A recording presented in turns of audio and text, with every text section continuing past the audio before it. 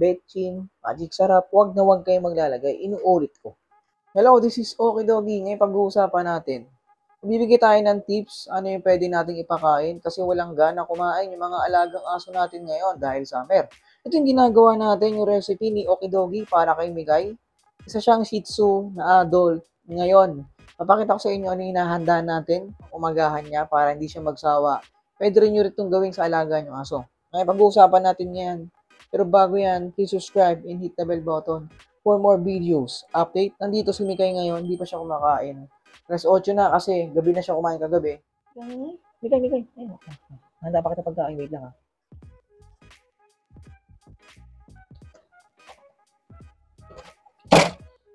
Ito. Atay ito ng baboy ah. Yan. Ito yung atay ng baboy. Yan. Papakain natin yun sa kanya. Papagang muna natin.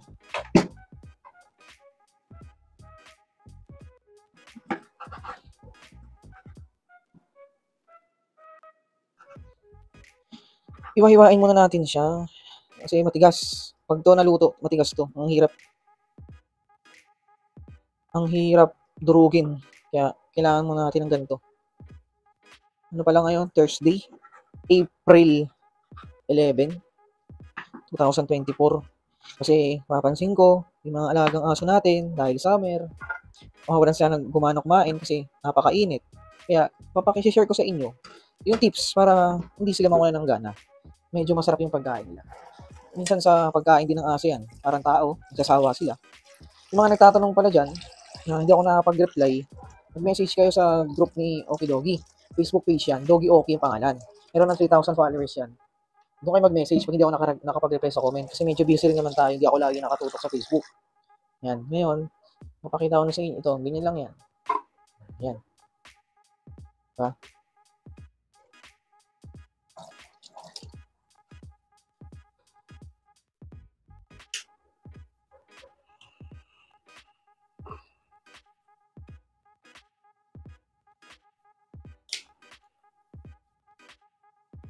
Yan. Hintay lang tayo mga 10 minutes, maluluto na yan. Okay? Paalaala lang, pag magluluto kayo nito atay, huwag kayong maglalagay ng, inuulit ko, sibuyas, bawang, lagay nyo lang ng tubig. Yun lang, papakuluan nyo lang, natural na lasa. Huwag kayong maghahalo ng mga paminta, asin, betchin, magic sarap, huwag na huwag kayong maglalagay. Inuulit ko. Kasi masama yan sa alaga natin. So, ngayon, luto na yan. Kasi parang nga to sa mga first timer, kung hindi ka pa familiar sa mga content ko, panoorin mo to tungkol sa pag-aalaga na. So, yung mga walang gano kumain, bibigyan natin ng gano kumain. Kasi hindi lang naman kayo nakakaranas yan kasi summer ngayon. Ako, ranas ko ngayon yan.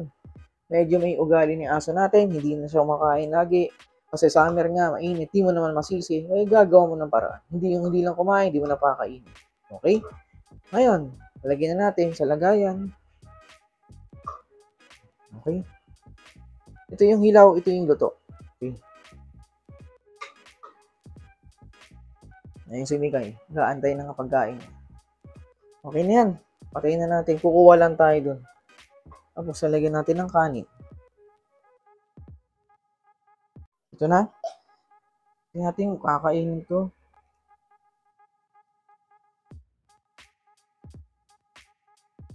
Diba naamoy niya? Kasi naamoy niya atay ng baboy. Tapos lagyan natin ng tofu. Okay. Ayan. Ayan na.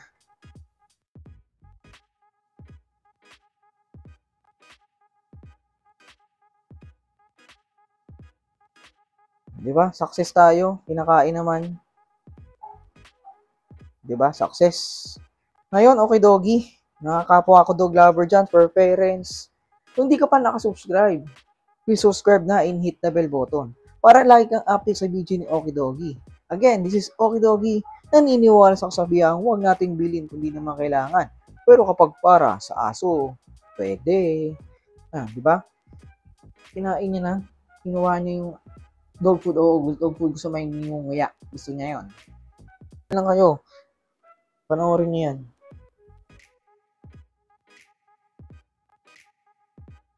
Diba? Kinain na. Nakatulong to sa mga kapwa natin dog lover dyan. Paki-subscribe na and hit the bell button para lagi kang update nga.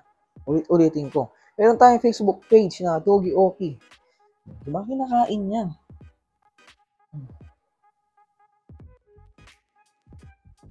Diba?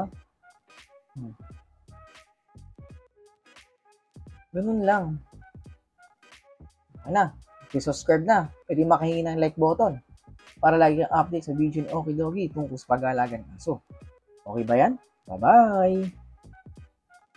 A few moments later.